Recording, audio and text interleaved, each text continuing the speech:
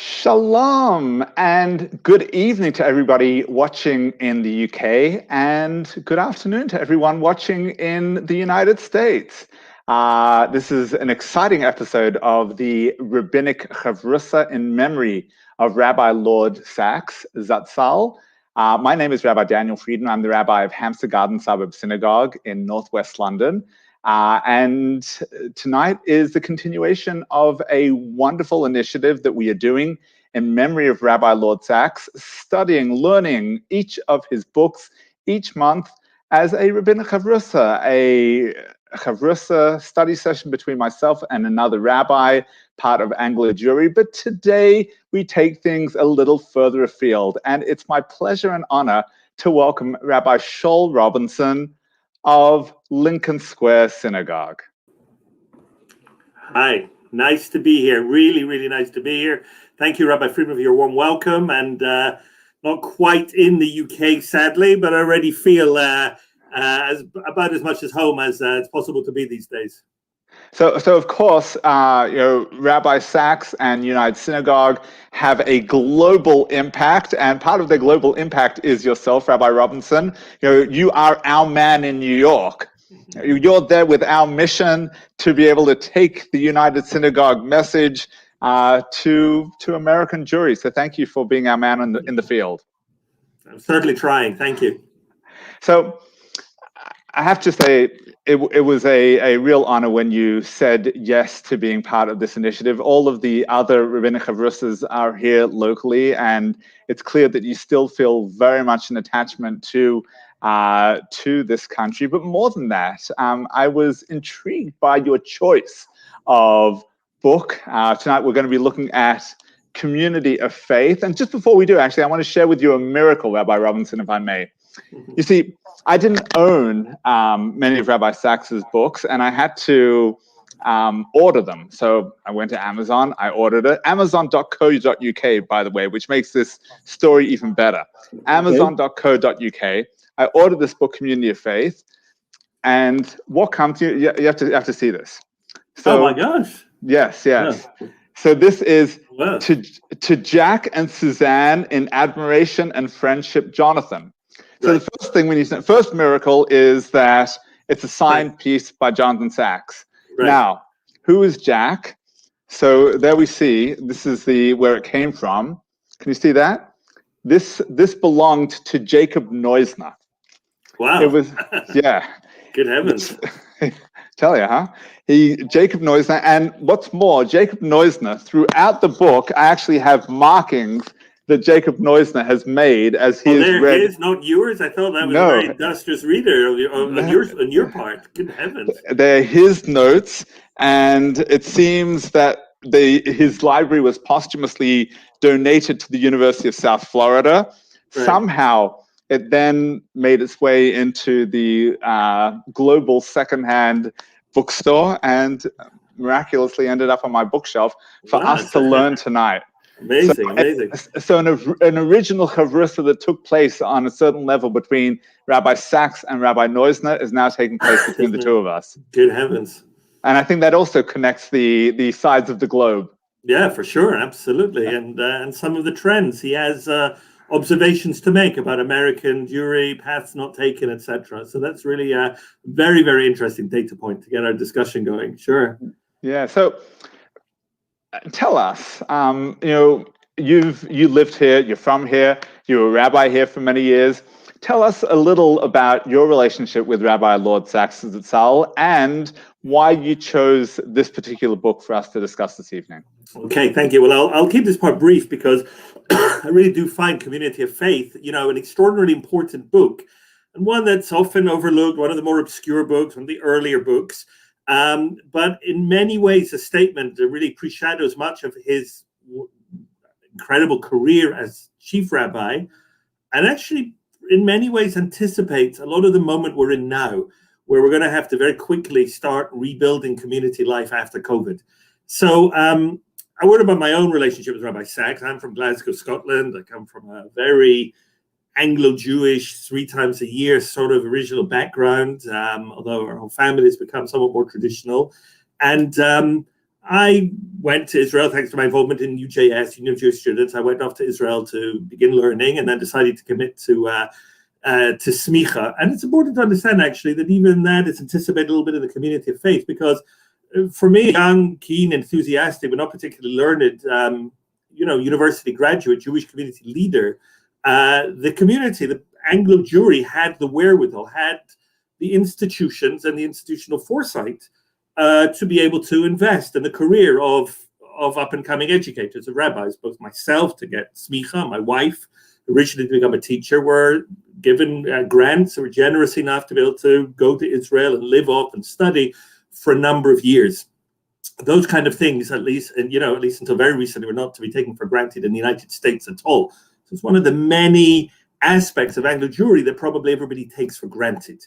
In a very brief period, I worked at what was then Jews College London for the Jewish Educational, what was it called? JETT, Jewish Educational Development Trust, which was something which had been set up by the late Lord Emanuel Jacobowitz and was to do with piloting the opening of Emmanuel College.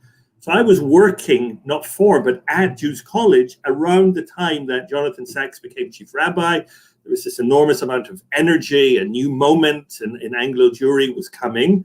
And then on frequent trips back to the UK, as I was getting nearer and nearer to my smicha, chief rabbi, as he then was always willing to meet and encourage. I remember the first meeting I had with him, days after I got up from Shiva for my late father, how encouraging, how kind he was.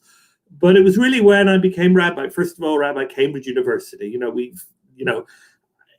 Clearly, as somebody who grew up intellectually at Cambridge University, I'm talking about him, not me, he took a special interest in Cambridge. I remember a number of occasions that he came to visit Cambridge to give lectures at the university and the Jewish Society, and how warm and encouraging he was.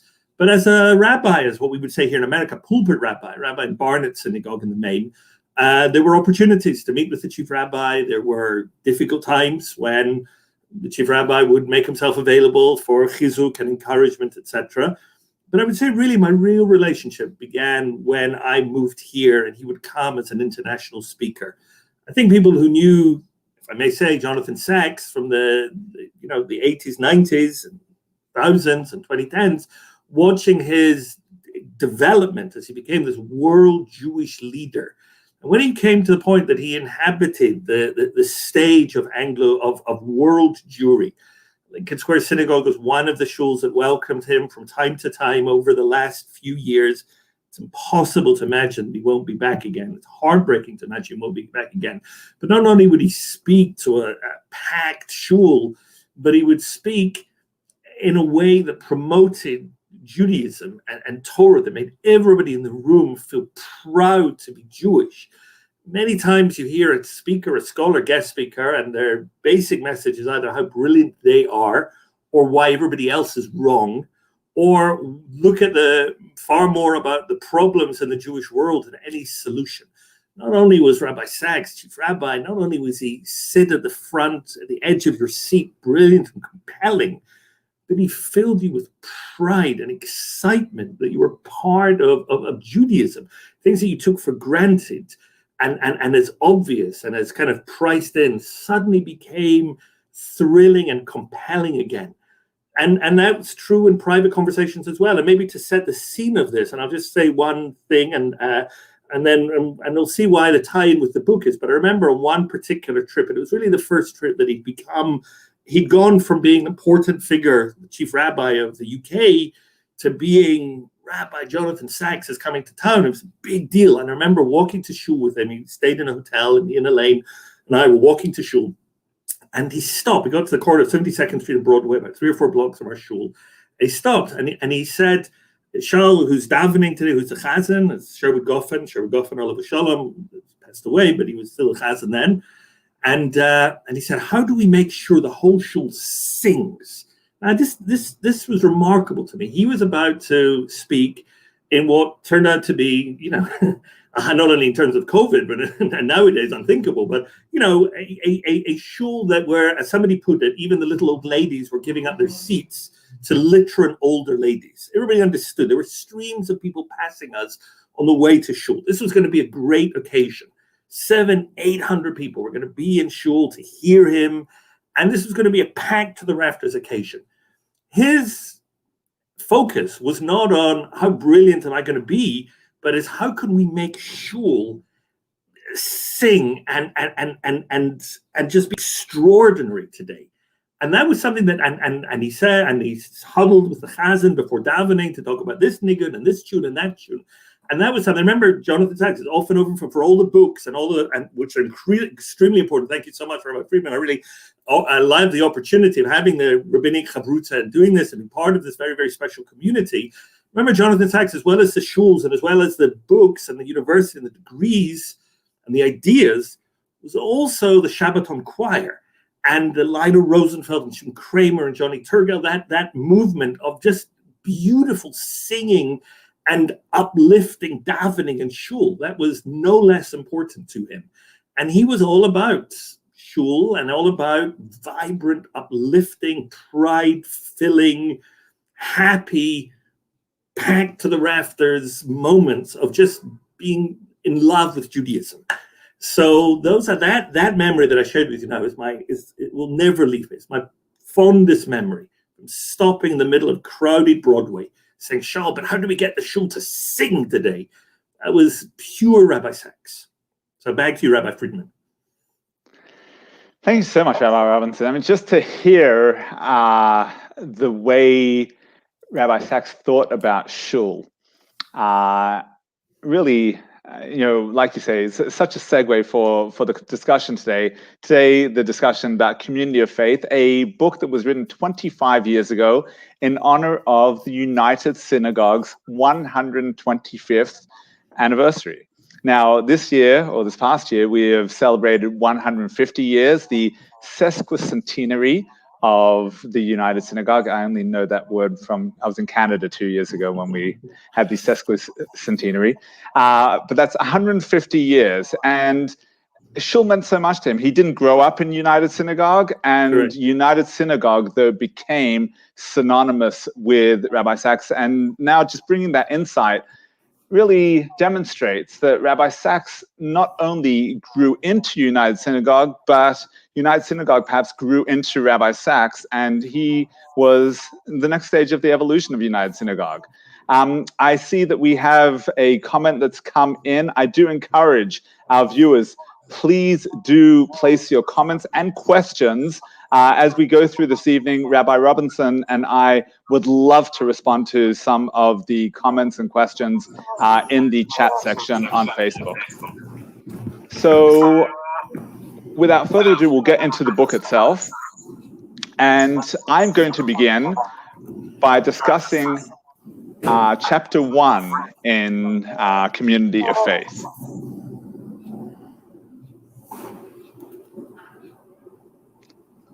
So Rabbi Sachs speaks about Minhag Anglia. Now, I must say I wasn't familiar with Minhag Anglia myself until a couple of years ago when I came to this country. There are minhagim from all over the place. We've got Ashkenazi minhagim, Sephardi minhagim, Italian minhagim, but there is a Minhag Anglia because, of course, Jews have been here for hundreds of years, at least second time round since Cromwell allowed the Jews back in. First of all, Spanish and Portuguese Jews, and then a later wave of Ashkenazi Jews. But over the last number of centuries, we have developed our own minhagim. Now, he says some people like to call Minhag Anglia almost Anglican Judaism. He says his own teacher used to refer to it as Anglican Judaism. He says that's not the case, this is Rabbi Sachs. He says, when you have many movements, including within Judaism, and certainly as Anglicanism was, they are movements of dissent. They are trying to break away from something else that is the norm, and this is a new movement. United Synagogue, Minhag Anglia, was never meant to be that. United Synagogue was a conglomeration of a number of shuls, all committed to staying as close as possible to the tradition. This wasn't anything new. This wasn't indicative of a new philosophy.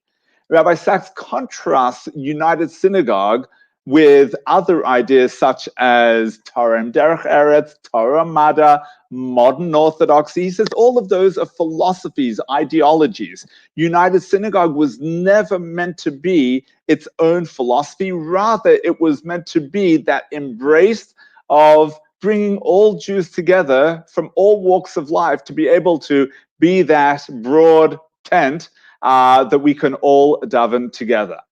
He says, at the time that United Synagogue came about, there were two competing models. There was a model of Orthodox secession from the general community, the likes of which Rav Hirsch engaged in Frankfurt. And there was also the model that developed early 20th century in America of Judaism as a community center, the Mordecai Kaplan kind of Judaism. And he says United Synagogue spurned both of those approaches and wanted something that had God as the focus, not the Jewish people as the focus, God as the focus, Shul as the focus, but at the same time, in no way seceding, rather embracing as many Jews as possible.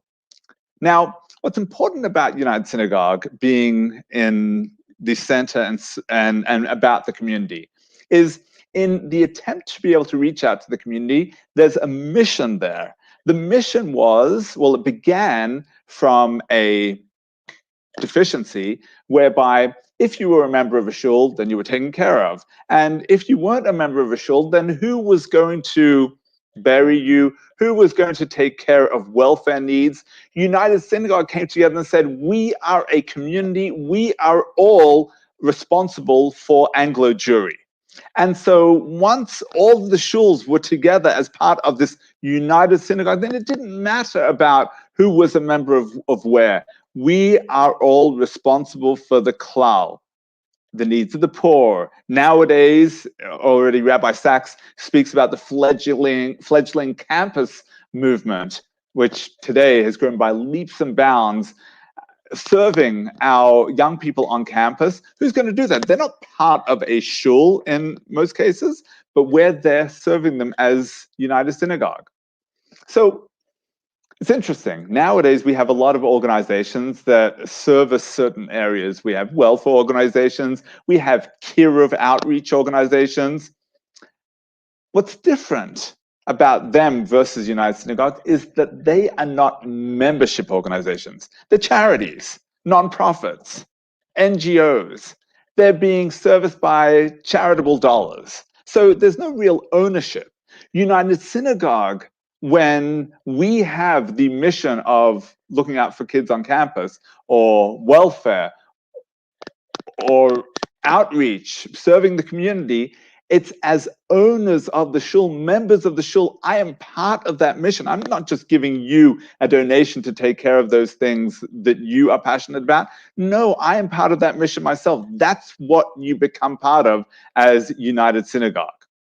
We're all on the same team, whether you're a member of my shul or not, whether you're a member of United Synagogue or not. We are all part of that great Anglo Jewry model that begins with United Synagogue.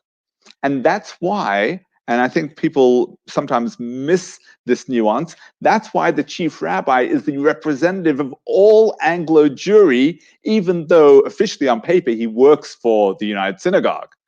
But he is our representative because the United Synagogue is all-encompassing and representative of the klal, even though there might be nuanced differences in the way people might worship or be involved. From United Synagogue's perspective, we are there for everyone. Now, membership in United Synagogue is not country club membership, it's ownership, it's leadership of Anglo Jewry. That's why it's important from Rabbi Sachs' perspective that United Synagogue doesn't have an agenda other than to stay the course of Judaism and serve the community. Both of these aspects, God and community, to the maximal position that we can achieve. Some people think about United Synagogue as a Victorian cathedral, these massive synagogues. He says, no, says Rabbi Sachs. That was just the fashion of the day to make it as appealing as possible to as many people as possible without in any way compromising traditional Judaism. I almost wonder how the founders of the United Synagogue even related to the term Orthodox, because Orthodox means in contradistinction with something that is not Orthodox. From their perspective, United Synagogue was just tradition. And it might be true that that's what we do, but we have no need to define ourselves relative to anywhere else. We are simply the United Synagogue. And since style is irrelevant, Rabbi Sachs has no issues with things that change, some of which Rabbi Robinson spoke about, the singing in the shul, and even alternate services within the shul, such as Hashkama services. Rabbi Sachs was all for that because it was about maximizing our offerings within the realm of tradition. Rabbi Robinson, I would love to hear your thoughts. Thank you. Those are amazing thoughts. Thank you so much. And I wish we were chavrusas in yeshiva because I would have learned a whole lot more. Oh, well, one sec, because I just, I should give a shout out because we have a couple of your old chavrusas who may be tuning in. Archie, Joel. And Joel, chavrusa, roommates, shadchan, everything. But thank you. So thanks, guys. It's great to see you. So thank you so much for that. That was really, and it makes me feel very, very nostalgic. I want to talk about really a couple of the themes and drill down from a very particular perspective because, this book is Community of Faith is a short book, but it's an extremely significant book. I think he wanted, as a relatively new chief rabbi, to, Chavod Achsanya, to shed some, the United Synagogue was nobody's most popular institution. Nobody flies a flag for the United Synagogue in a very enthusiastic way. It was the kind of organization that people would, as a default, if anything, that you would define yourself, something to the left, something to the right would be, well, we're not the United Synagogue is an advantage. And you lose behind the breathtaking, both simplicity and effectiveness of the model. What is United Synagogue ultimately? It's an idea of not just, as you put it, organizing the Jewish community. And at the time before the welfare board, before Jewish care, for all of these organizations, the idea that my community is not my shul, my group of friends, my rabbi, but it is my community is the entire Am Yisrael, Knesset Yisrael, certainly of this country. It was a revolutionary idea. In Russia and Eastern Europe, Judaism was something which really was foisted on you. Jews didn't have to define themselves. It was on their passports, it was on their beards, it was on their tzitzits, and it was on their pogroms. In Germany and in Eastern Europe and in Western Europe, it was a state kind of thing. You chose. Did you belong to a Catholic community? Did you belong to the Jewish community? It was a governmental body to a certain extent. In America, and it still is, it's a Wild West. It's every man for themselves and every shul for themselves. And the United Synagogue, the stunning idea that whatever my own community is, we're part of a much bigger picture. Organization, not just in lip service, but organization, part of a much bigger. The idea that in America, if a shul goes out of business, so somehow or other the money will, go who knows where. Right. Fortunately, the law is a little bit more, make sure that it doesn't end up exactly who knows where, but it will end up, at the bidding of the trustee. In the United Synagogue, if God forbid a shul goes out, the demographics of a neighborhood changes, that money gets recycled. A closed shul in East End of London becomes a new community in Radlett or Shenley or wherever the next place is. That's a genius model that's without parallel in Judaism in the last 150, 200 years. It's an extraordinary idea. And Rabbi Sachs gradually came to love that idea. Anybody who works in the United Synagogue, we used to complain all the time about head office and this and that and the bureaucracy, etc. And that's true, although there's some amazing people who work for the United Synagogue. But the breathtaking principle that my shul is not an every man for himself kind of thing, but it's part of this great vision of keeping Judaism alive, and therefore the sweep of it. When I think about my shul, I think, okay, how long will the Upper West Side of Manhattan be a vibrantly Jewish neighborhood? Please God, until Mashiach comes. But I have my own, institutional priorities. United Synagogue thinks reflectively in terms of groups, 25, 50, even centuries. And that's an extraordinary idea. And just, actually, not to repeat something you said, I'm involved in an organization, Jewish Learning Initiative on campus, Rabbi Menachem Schrader from Efrat, which is really modeled on the Jewish Chaplaincy Board. My first job as chaplain at Cambridge University, Rabbi Schrader decided to start hiring and putting rabbis on American campuses. And he was a rabbi in Efrat, and wanted to start putting rabbis who had nobody to work with. He would fly to LA and speak to the local community. He would fly to Washington, Chicago, and do it piecemeal. It took many years until the Orthodox Union, and it's not part of their mission. The Orthodox Union is a synagogue body that is there to serve their own synagogues. It was a hard sell to get them to take responsibility for the bigger picture. Back in the 1960s, when Jewish chaplaincy started, it was obvious where it would be harbored. It would be under the chief rabbinate. It would be part of the United Synagogue. And that's how there was, you sometimes had to persuade head office to get enthusiastic about an idea, but there was no question that the infrastructure of Anglo Jewry was there, that there was an infrastructure in a community. It was more than a rabbi and a chazan and a kiddush and a group of members who only cared about their own shul. And it's a phenomenal achievement. I'm curious. I want to stop you for a moment. One of the things that struck me reading the book was that Rabbi Sachs contrasts the United Synagogue with the German model, with the American model, but there is no there's no talk of where a body like the Orthodox Union fits in. How is that different in your experience? How is the OU different to the US, apart from corporate structure? I mean, why didn't Rabbi Schrader feel that obviously this is an OU initiative? Well, I'm not saying that they were unwilling to take. First of all, they have to stretch a budget, find out what's involved, etc. The Orthodox Union does a great job with the JLIC, but it's not necessarily obvious. Orthodox Union is kind of the sum of its parts. It's a collection of shuls. It's a kashrut organization. It's associated with NCSY. It reflects the priorities of its leadership at any given time. And all you need is one financial crisis to come along and or one new enthusiast, and it is entirely possible.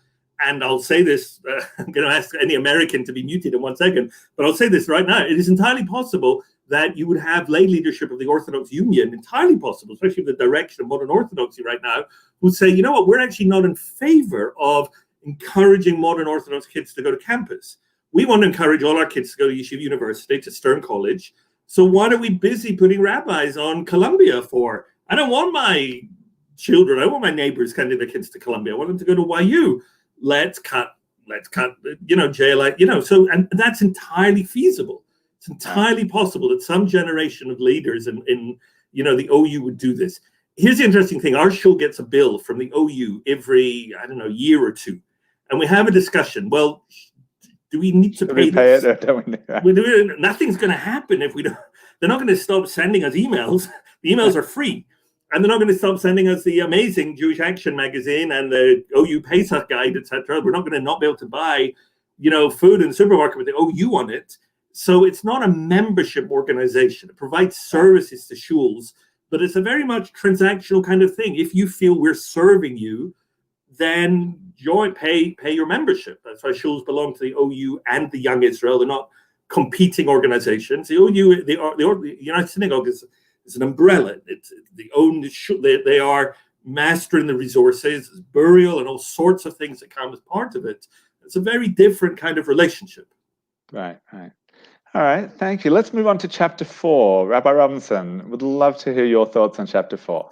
So as I was saying, this is really the vision that Rabbi Sachs has in chapter 4, that there is a bringing together of a structure, of a community that is organized. And it really, most of the points I made, really, I should have been clear, really were kind of chapter 4 kind of points. That there is a responsibility for not just this particular moment and not this particular institution, but the wide spectrum of what the Jewish people in any one particular place have to do to ensure that all Jews, not the ones who happen to come in the door of this institution or that institution, but all the Jews in the community are provided for. And before there was Jewish care, there was the United Synagogue was in charge of free burial and welfare services and charity services, etc. And it's interesting to know, but even before the United Synagogue, the original coalition of shuls in the West End of London were all about welfare. It was all about who is responsible for the poor. How do we organize a welfare system that no Jew in our community it will be without, will not be clothed, will not be fed, will not be buried if they, God forbid, die. So that was a kind of the impetus. So there was a shared sense of responsibility for the most vulnerable that fascinatingly began to become articulated as a much greater responsibility to help Jews. And as Jews immigrated to the United Synagogue, to England, to the UK, the United Synagogue was able to grow, and obviously it had its place, which is one of the reasons why it was considered somewhat controversial in the East End of London, or not quite Hamish enough. Part of the United Synagogue's agenda clearly was to help acculturate, turn Eastern European Yiddish speakers into Englishmen, into good British citizens. And there was a transaction, a trade-off. They weren't interested in opening shtibels. Nowadays, you have shtibels that are officially part of the United Synagogue. The United Synagogue 100 years ago, certainly 125, was not interested in that kind of thing at all. It was interested in creating English gentlemen that would remain Jewish or remain Orthodox. We'll come to this later on. One of the genius things about the United Synagogue was that it was really okay with the fact that you might not be particularly observant. It's actually a genius notion that somehow or other membership and belonging, even leadership, did not have to be highly correlated to personal observance stance. Because, if actually, Rabbi Friedman, if you're there, if you could just, if we can bring Rabbi Friedman back on the screen for 1 second, could you just hold up the front cover of the book? I have my book on Kindle, so you can't really see it, but I remember when this painting was produced, but it's kind of an escalator. And the idea is it's an escalator through history. So at the very bottom, it has some old shuls, and at the very top, it has some newer shuls. I think Pinner Shul is one of the kind of newer models of synagogues. But it also, the escalator, and I remember when the book came out, I remember Rabbi Sachs speaking about it. He loved this idea, the United Synagogue, that basically would help Jews rise up through life. Everybody knew the United Synagogue, the heartland of the members of the United Synagogue was belonged for burial, belonged for Rosh Hashanah, Yom Kippur. But it had the capacity to gradually help people take more and more and more Jewish steps. I live in a community that's entirely split, bifurcated between a lot of shtibels, a lot of very big shuls, a lot of very large Orthodox shuls, a lot of large conservative Reform shuls, etc. But the idea, and you basically decide who you are, who you want to be, and who you want your children to be, and you pick your level, and you'll probably kind of stay there. That's the vision. The notion that the United Synagogue had the capacity to help transform people. It was a lifelong, generational journey, and it would help you grow in Judaism through your and your family's lifetimes. Was, again, it had a sense of responsibility for the Jewish future, whereas most Jewish institutions have a responsibility to themselves and to the Jewish present. And that, I think, again, is a genius idea. I'm just going to read one quote very, very quickly. I'm picking up my iPad. He writes as follows. Oops, that wasn't supposed to happen. I may have to go back to this. He writes as follows. I'm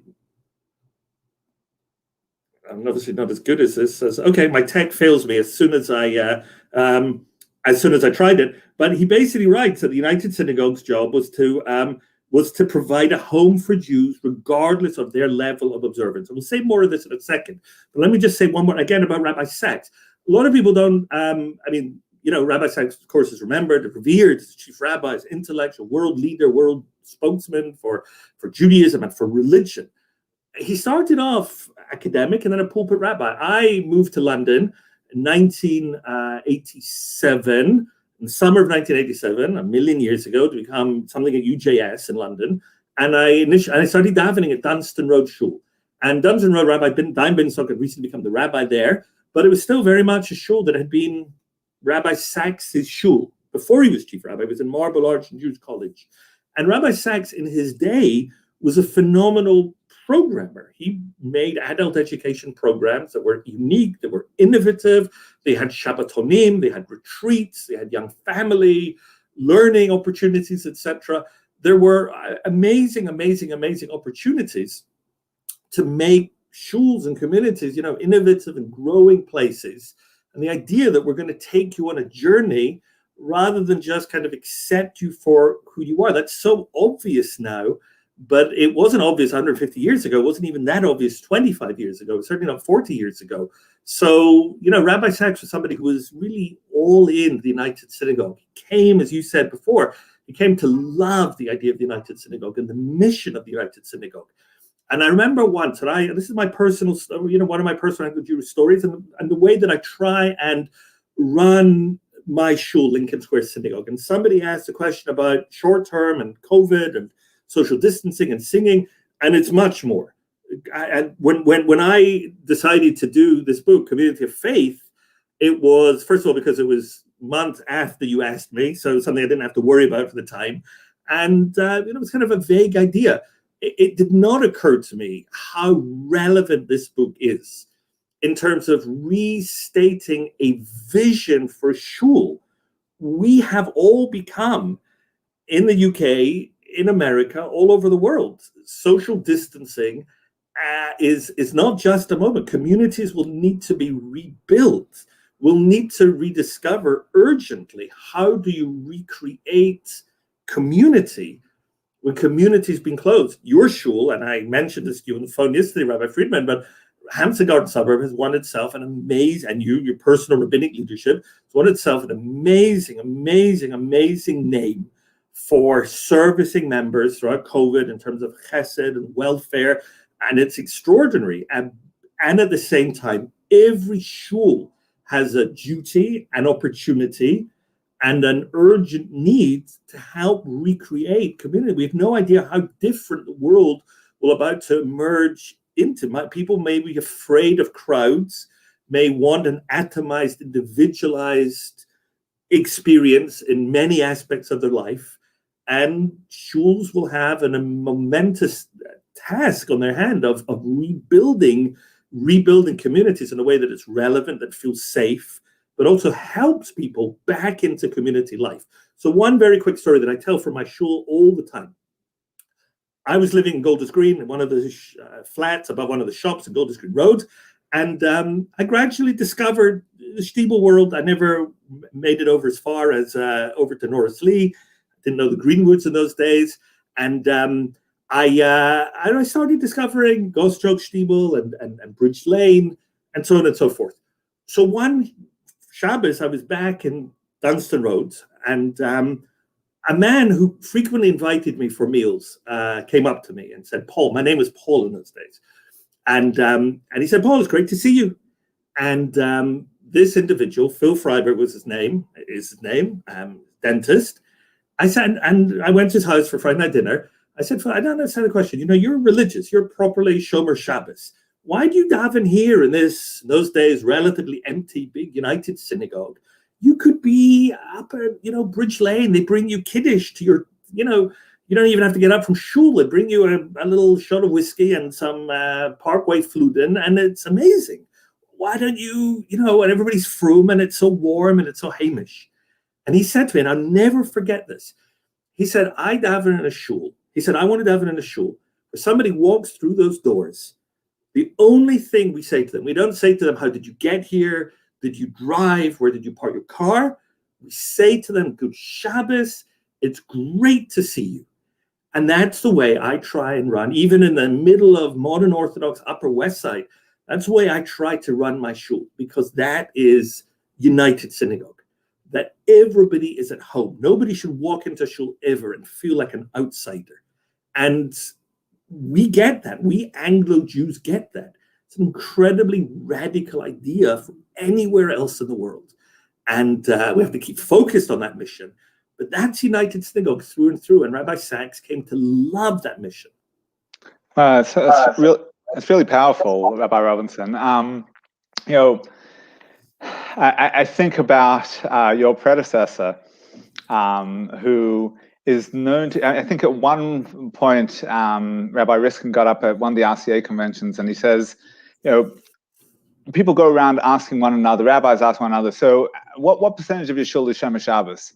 He says, no, that's the wrong question. He says, what percentage of your shul is not Shomer Shabbos? 100%. 100%. Says, that's what we should take pride in. We can be an Orthodox shul and still be welcoming to everybody. That's the ultimate goal that we're aiming for. Correct. And that's the escalator, the front of the book.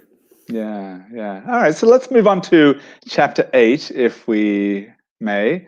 So I want to talk about the scene that was set before United Synagogue came into place, and what the context was, the background that allowed United Synagogue to become a reality.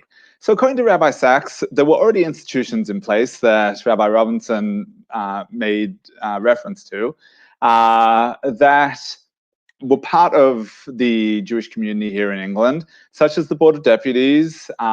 Chief Rabbi wasn't called the Chief Rabbi of Anglo Jewry at the time. It was really the rabbi of the great synagogue of London, but everybody turned to him and he was the de facto chief rabbi.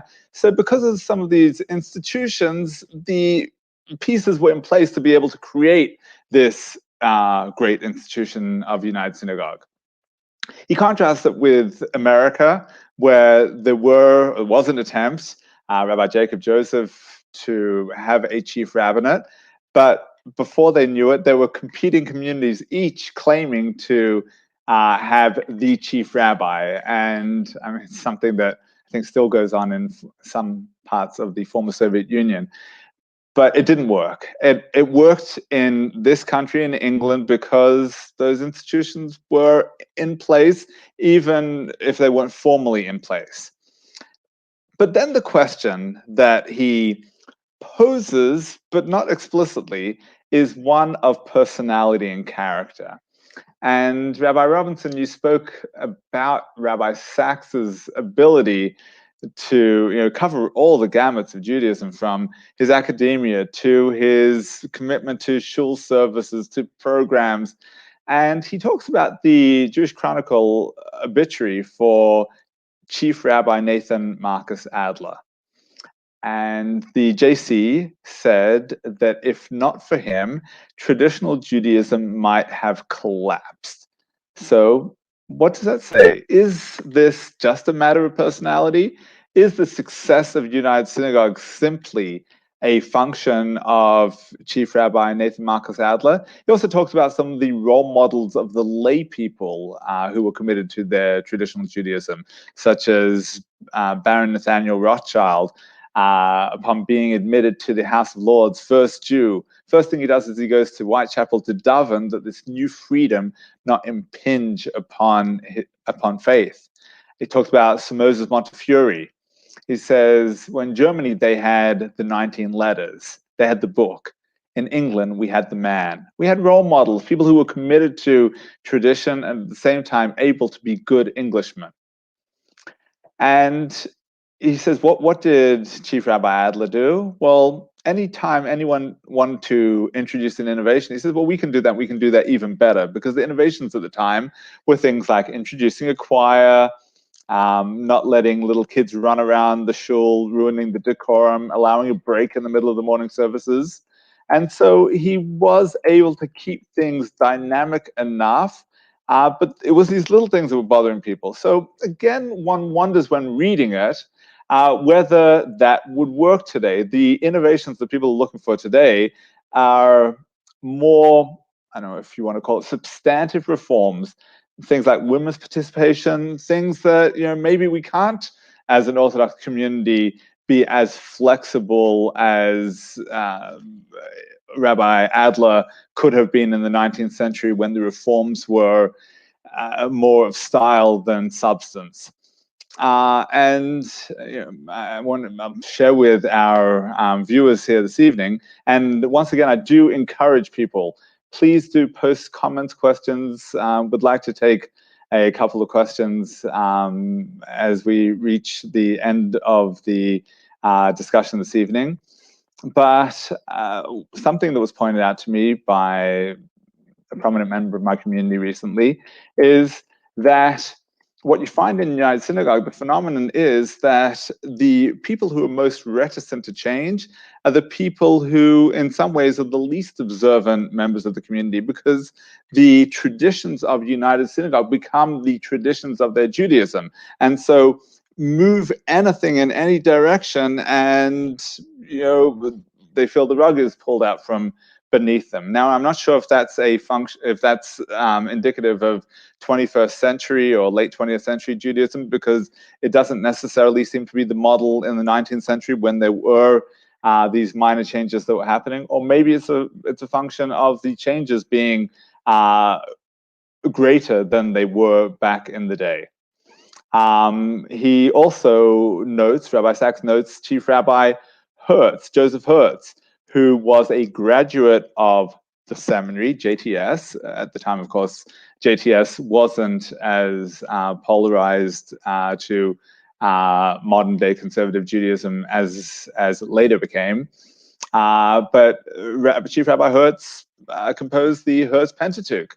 And he engaged with modern scholarship, and he grappled with modern scholarship, and he was comfortable with having that conversation and defending Torah min hashamayim. That was his mission.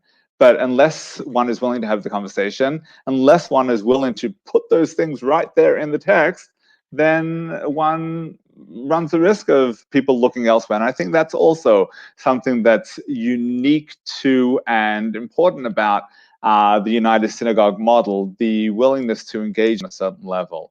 Rabbi Robinson, I would love to hear your thoughts on that.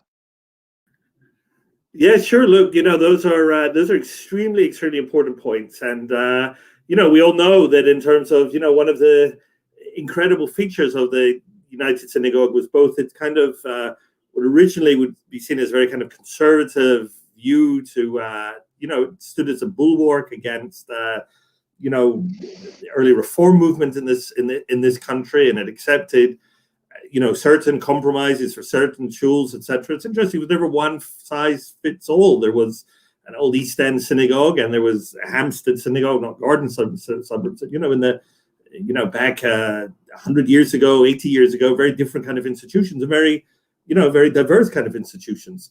And it's an interesting question about the extent to which the United Synagogue was able to, keep modernizing, and at the same time remain very traditional. And in religious institutions, I know some people get impatient. It's okay to slow change down, and to see that. Rabbi Sachs was not an enthusiast about fast halachic change in any means, but he certainly understood that the world was changing, and that what is inappropriate in one, I'm not talking about halachic breaking halachot from the Gemara, Shulchan Aruch, not from the Chumash, but certain things that were regarded as entirely non-traditional one generation would be the next. When I was a rabbi in the United Synagogue, women's Megillah readings were not really permitted at all. The one shul that had them was regarded as extremely radical, and it wasn't quite forbidden, but it certainly wasn't encouraged. I believe, correct me if I'm wrong, I believe the situation is rather different. I smiled when you mentioned the point about Rabbi Hertz. You're right. Rabbi Adler's early innovations was banning small children from shul. When Rabbi Sachs came to our shul, the first time he came to our new building, which had recently opened, one of the big battles in the shul and amongst the community is whether or not we're going to have children running around shul or not. I very much wanted to rebuild the shul, attract a new generation of young families to feel at home in shul. And the old model, at least of American shuls, of the father goes to the hashkama minyan so that the mother can come with the kids to the groups, that doesn't exist anymore. If you're coming to shul, the family's coming and the kids are running over shul until the children's service begins. So a lot of the people complained, and it's quite right, davening, and there's a little kid, whatever. But on the other hand, we understood that the new deal, the new generation, they demanded something else. So this all came to a head when Rabbi Sachs, just before this momentous visit of Rabbi Sachs, and right in the middle of his speech, everybody was, this packed shul again. Everybody's sitting at the edge of the seat. He's coming to this crescendo of a point. And he stops, so there's sort of dramatic silence. And this kid wanders up, climbs up the steps to the podium where he's speaking, pulls on his talus and says, "I've lost my daddy." Yeah. People, there's parents didn't know where to put themselves. The whole show is sort of horrified. Daddy, of course, was at the kiddish club, by the way. Yeah, right. No, not in those days. Now could be, not in those days. So Rabbi Sachs turned to me and he said, "Shaul, Rabbi Robinson, do you have a candy for this little man?" I gave him a candy. The chief rabbi bent down, gave this kid a candy, and the whole show cheered. It was like the battle was won. From then, the chief rabbi came and paskined. Lincoln was saying, children are welcome. It was an amazing, couldn't have scripted it. It was perfect. But, that's a sense where the high tradition. You upped your little one's allowance then, didn't you? Exactly. The high traditions of Anglo Jewry, kind of, which he loved, which he was in many ways a product of, became, can be tuned and flexible. We don't have to be the avant-garde. We don't have to be the first to try an innovation, but he well understood that Judaism has to keep with the times.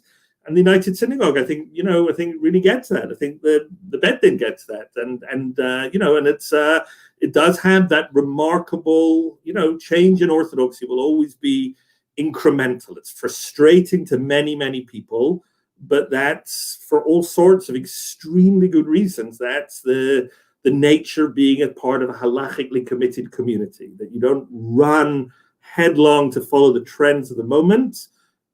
Things for very good reason take time. And that's kind of hardwired into the DNA of the United Synagogue. Absolutely. I know that time isn't massively on our side, so should I just say a word about my next chapter, if I may? Yeah, choose one more chapter to give us. Yeah. And then we'll probably close the evening. Yeah. So look, I chose this chapter, chapter 9, I think it is. It is chapter 9, belonging and believing, and partly to sort of tell the story that I mentioned before about the Jew walks into shul and is welcome regardless of who. But Rabbi Sachs actually makes, and he sees in the United Synagogue a much more sophisticated point, and again, that will be extremely critical in rebuilding community during COVID, and that is that Jews are all about community. The idea that, for example, and I know this has been a challenge in COVID, it will remain a challenge, although, please God, I think everybody feels now with a little more careful for a little longer. The light is at the end of the tunnel, please God. But still, nonetheless, that it is not an accident that, for example, Judaism believes in minyan. It's not an accident. It's not it is not a sort of a bug or a side feature of tefillah. Jewish faith and Jewish community are two sides of the same coin. Jewish faith is not about perfecting the individual. It's about being part of the world. Jewish faith is not the monastery. Jewish faith is about the God of Abraham, bringing the knowledge of God and ethics to humanity. And Jewish faith is expressed in belonging. Rabbi Sachs has, and you can see in this very early book, first of all, it's actually fascinating. You can see some of the germs of ideas that would later on become books in their own right. And you can see in many of his works a tracing of development. This is a very early book of Rabbi Sachs's. And you can see the way that he begins to sort of play and define with his ideas.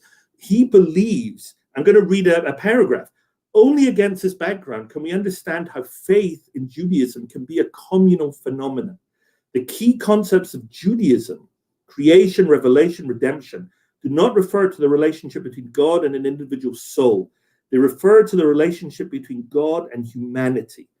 And therefore, he says, the way we express ourselves as, he doesn't use this word, I will, as good Jews, is as much through belonging as believing.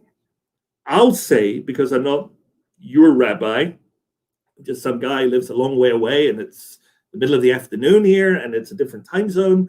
I'll say that I sometimes, don't like to examine my faith on any given day too deeply, because sometimes, and God knows in this past year, I've had my share of questions. I understand God a lot less than I thought I did. But I express my Judaism as much through my religious attachment or belief, certainly emotions at any one moment. More than that, I express my Judaism in my belonging. Where do I belong? What do I give to? What am I working towards? What am I laboring with other people to build? That's community. And as you mentioned before, he contrasted United Synagogue and Anglo Jewry with this American model of religion that is very the sovereign self, it's very about the individual, it's and how that really cannot be sustained in the long run. And Judaism has always believed that we express our religious faith and we express who we are in belonging. The idea that in America, very few people, 25%, 30%, I think, affiliate, belong to synagogues, belong to religious institutions. And Anglo Jewry still, for all sorts of reasons, it's a much, much higher number. But it's an extraordinary notion that as much as what I personally do, and don't get me wrong, of course, we're all individuals, we'll stand before the Almighty one day, we all have to give an account for our lives. But we express so much of our religious lives and our priorities and our beliefs and our aspirations by being part of and contributing to community. And therefore, the communal nature of minyan, of prayer, of shul is not incidental. It's the absolute feature of Judaism. We're not supposed to live apart. We're supposed to be collectively Knesset Yisrael, which is the Hebrew name for the United Synagogue. I'll say one last thing, and then I'm really going to stop speaking. I've seen many people express, I know the conversations I've had in England, the United Synagogue, shul open during COVID. No, it is 100% the case. There's no question about it. Halachically, a person can daven at home. It's certainly the case. If it's dangerous to go to shul, you shouldn't go to shul. But I've seen some people take that argument that shul is irrelevant. You don't need a synagogue. You can daven at home. That might be true in an emergency situation. But if we allow that to be the takeaway from COVID, that ultimately our religious lives will become individualized, atomized, private affairs. And I don't need to really be part of a community to be a good Jew. That will never be the case. It is a fundamental, it's a categorical error, as Rabbi Sachs would say, in understanding Judaism. We express our belief as much in our belonging as we do in our deeds. And it's such a relevant message for these COVID, and I would say post-COVID times that we're living in. So thank you very much, Rabbi Friedman. I think it's a very powerful idea, Rabbi Robinson. I mean, and Rabbi Sachs does say that anytime a minyan gathers together, they are manifest, imbued with this concept of Knesset Yisrael that is now in them. The whole of Knesset Yisrael, the whole of Klal Yisrael becomes manifest in that minyan. And when I spoke to you the other day and you told me your Purim numbers, 700-800 people. Wow, No. 700-800 people is a normal year. This year we had about 450 people in, which is great. Which is not all in one room at one time. Believe me. Yes, I think you said about 6 feet apart, many different minyanim, but community will. I promise you, community will come back. Some people will need to be helped. People are desperate to be part of community again. Well, that's a real tribute to you that they are coming back, and I know it's no reflection of any relaxing of any standards, because you have stood at the forefront of calling people out when they're doing the wrong thing. You've been an international, global phenomenon, a global leader in that area. And so the fact that people are now taking your lead to come back into shul, may you be an inspiration for all of us to be able to rebuild those communities. I want to thank you so much, Rabbi Robinson, for your time this evening. I want to thank you for your very kind comments about us, the shul, Hampstead Garden Suburb. Very much true. All very much true. You inspire from a distance, really phenomenally.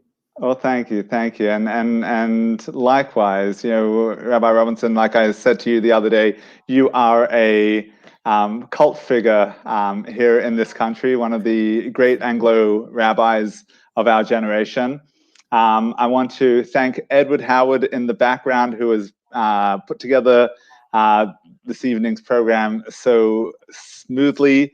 And thank everyone for tuning in this evening and being a part of this important initiative, Le'ilu Nishmas, Mara Moreno, Rabbi Sachs Zatzal. Thank you, Rabbi Robinson. Thank you all. Thank you so much.